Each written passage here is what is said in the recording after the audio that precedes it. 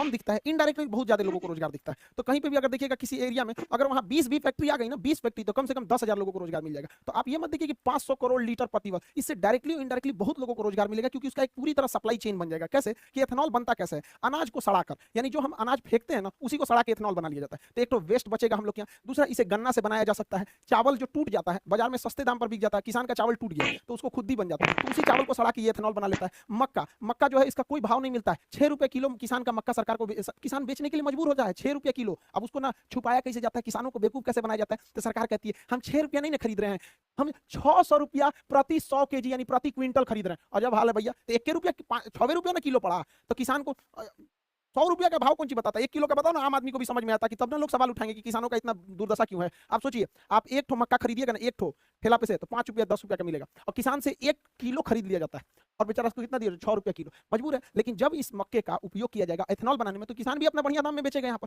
क्योंकि इसका प्रोडक्शन होने लगेगा। जौ कोई बोलता नहीं है जल्दी, हमारे यहाँ पराली जो जला दिया जाता है, धान की भूसी जो होती है या फिर जो पुआल होता है जला दिया, तो उसे सड़ा के इथेनॉल बना लिया जाएगा। अब इतना एथेनॉल बनेगा तो रोजगार भी मिलेगा, और हम लोग जो पेट्रोल खरीदते हैं उससे अच्छा हम किसानों से खरीदेंगे। जो पैसा आज हमारा फॉरेन रिजर्व गल्फ कंट्रियों को जाता है पेट्रोलियम के भुगतान करने के लिए, वो पैसा हमारे किसानों के यहाँ जाएगा, किसान आगे बढ़ेंगे, हमारे यहाँ उनके बाल बच्चे पढ़ेंगे, वो भी आगे बढ़ेंगे यहाँ पर, तो ये देश के लिए काफी अच्छा होगा। इसलिए भारत सरकार को इस पर बहुत ज्यादा मतलब प्राइम फोकस करके रखा हुआ है भारत सरकार। लेकिन एक बार जरा अपने दिमाग से सोचिए, ये चीज तो पूरी दुनिया में सक्सेस है और भारत में भी सक्सेस होगी, तो धीरे धीरे गन्ना शिफ्ट हो जाएगा किधर, एथेनॉल प्लांट में। और जैसे गन्ना ज्यादा एथेनॉल प्लांट में शिफ्ट होगा, चीनी का प्रोडक्शन घटेगा, उसका प्राइस बढ़ जाएगा। तो भारत सरकार को एथेनॉल और चीनी दोनों को बैलेंस करके रखना है। इसलिए ये चीज तो पूरी दुनिया में सक्सेस है और भारत में भी सक्सेस होगी, तो धीरे धीरे गन्ना शिफ्ट हो जाएगा किधर, एथेनॉल प्लांट में। और जैसे गन्ना ज्यादा एथेनॉल प्लांट में शिफ्ट होगा, चीनी का प्रोडक्शन घटेगा, उसका प्राइस बढ़ जाएगा। तो भारत सरकार को एथेनॉल और चीनी दोनों को बैलेंस करके रखना है। इसलिए भारत सरकार ने चीनी के निर्यात पर बैन लगा दिया, कहा कि हम चीनी बेचेंगे ही नहीं, क्योंकि फिलहाल जो चीनी है उसी को हम लोग स्टॉक करके रखेंगे, ताकि हम जो आने वाले सीजन में जो गन्ना निकलेगा उसमें ज्यादातर गन्ने को एथेनॉल प्लांट में भेजा जाएगा।